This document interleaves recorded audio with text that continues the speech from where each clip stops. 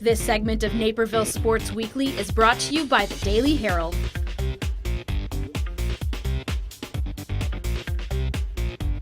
We are here at Metea Valley with head coach Joe Rizio of the Metea girls tennis team, head coach for 8 years now. Thanks for joining us. Oh, pleasure to be here. So first question I want to ask you, kind of your playing career growing up, how do you think your playing career earlier in life, high school, and grade school, anything, has helped you to be a coach now? A couple of ways. My entire family has always been into tennis, so I've been playing since I've been a little kid. So that's given me really the passion and the excitement, enthusiasm from tennis, which has just carried over directly into teaching.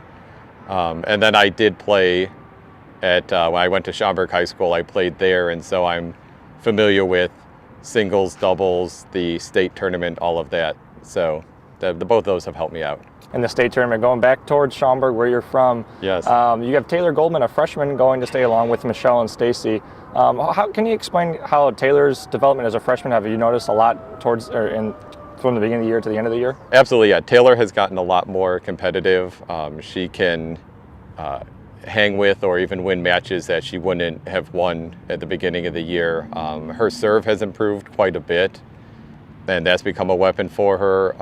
Her put-away shots have improved as well. She's always been consistent, but she's a force with power now as well as just being consistent. So, what do you think the most important part to a tennis player is to make them kind of this scary? When you go on a tennis court and you go, they got a really good serve, really good backhand, they're quick, they're agile. What's the scariest part, do you think, about a tennis player that maybe when you played and you go out and you go, oh no, that's going to be real tough to beat? For a singles player, definitely the serve, because you know that if you can never beat their serve, it puts pressure on you, because as soon as you lose one of your serve games, that's it, the match is over.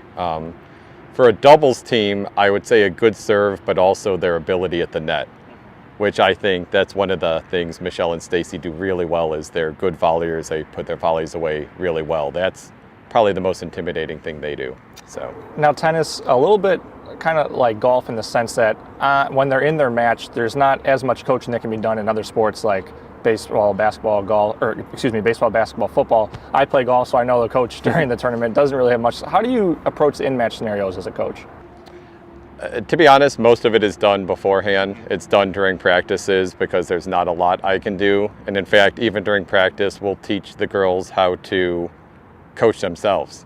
Because if it's the middle of a game, there's nothing I can do. But I do get to see them every changeover, so every match is different. I mean, looking at the match, depending on who they're playing and how it's going, I will give them different advice. But I'll usually scout it out ahead of time, so I have a general idea of what I'm going to tell them and make it more specific as the match goes on.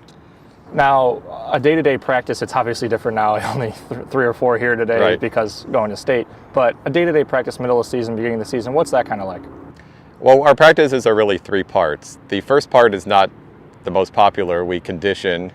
We do a lot of aerobics and a lot of ab work. And again, it's not super popular, but it's really important for us. We've won some really close 3-set matches that we probably would not have won if we were not in better shape than our opponents.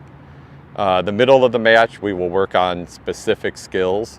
So for a singles player, for example, we might work on deep cross-court backhands and just hit that skill over and over. Or for a doubles player, we might work on poaching and just do that over and over again to learn specific skills. And then the third part of the match is getting competitive. I might put my 1 versus my 2, or do a group activity where it's points. You're actually trying to win points, because one of the things about practice is that you can be really good at practice and not be good in a match. So the last part of practice is always very competitive. Now, you talk about the conditioning part that's helped you win matches towards the end. Are there any sprints that you do? Is there long distance running maybe practice where you maybe run a mile? What kind of conditioning like that stuff do you do? We mix it up. We do more sprints than long distance. We'll probably do long distance maybe once a week.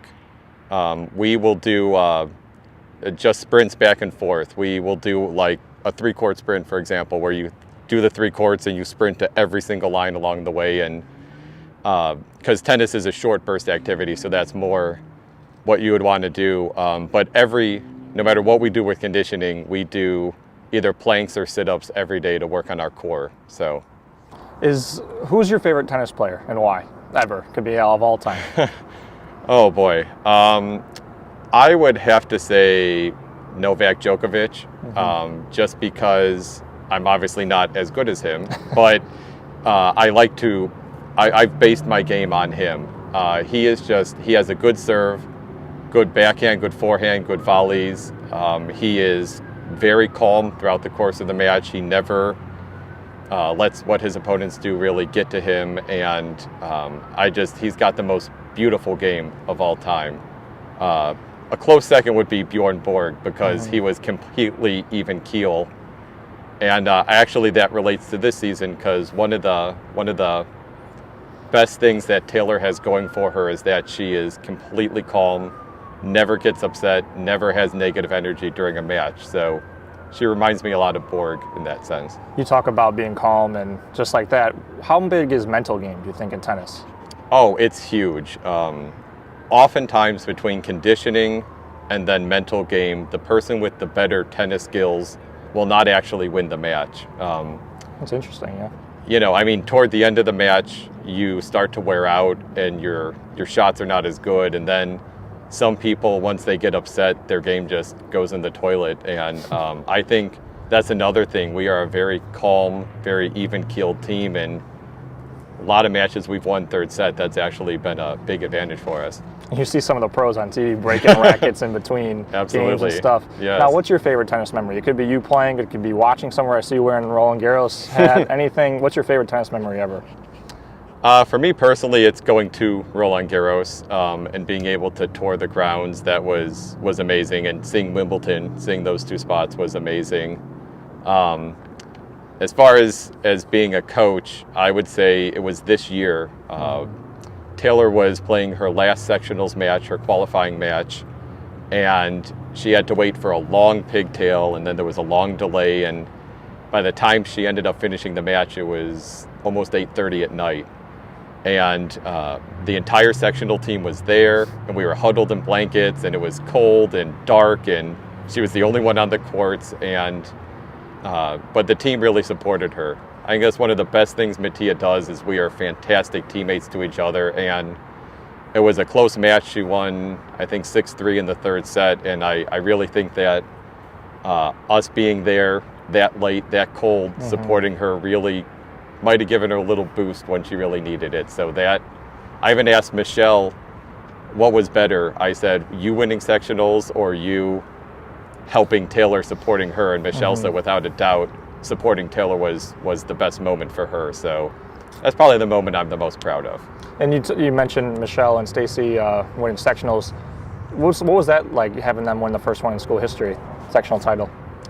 That was just awesome. Just they've always been good. They're seniors and they've always been good players, but just the amount of improvement they had to make from the beginning of the year to the end of the year to win sectionals is amazing.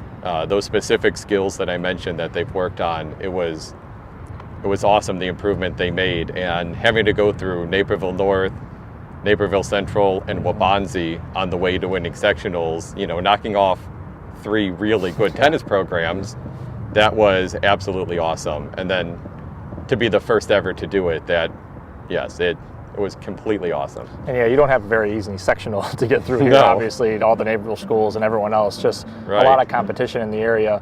Final question I want to ask you. Sure. You can play one tennis match at anywhere in the world, French Open, Wimbledon, anywhere, versus one pro ever. Who would it be and where? Oh boy. I would play the French Open, because that is my favorite tournament. And if it had to be now, I would play the French Open against Novak Djokovic, because he's my favorite player. If I could somehow go in a time machine, I'd go back in time and play the French Open against Bjorn Borg. Okay, so French Open's that'd be the place to go. And how come? Why that over Wimbledon? I like Wimbledon. It's got all the hallowed English tradition, and obviously being an American, I like the U.S. Open, but just from a specific tennis standpoint, I love playing on clay. So really the fact that it's it's a clay tournament really I puts figured it that over the top. I Yeah, might put some, like Rafael Nadal always win on the clay. right. Well, thank you for joining us, and good luck the rest of the season with state qualifiers, and hope for the best for you. Yes, thank you. Thank you.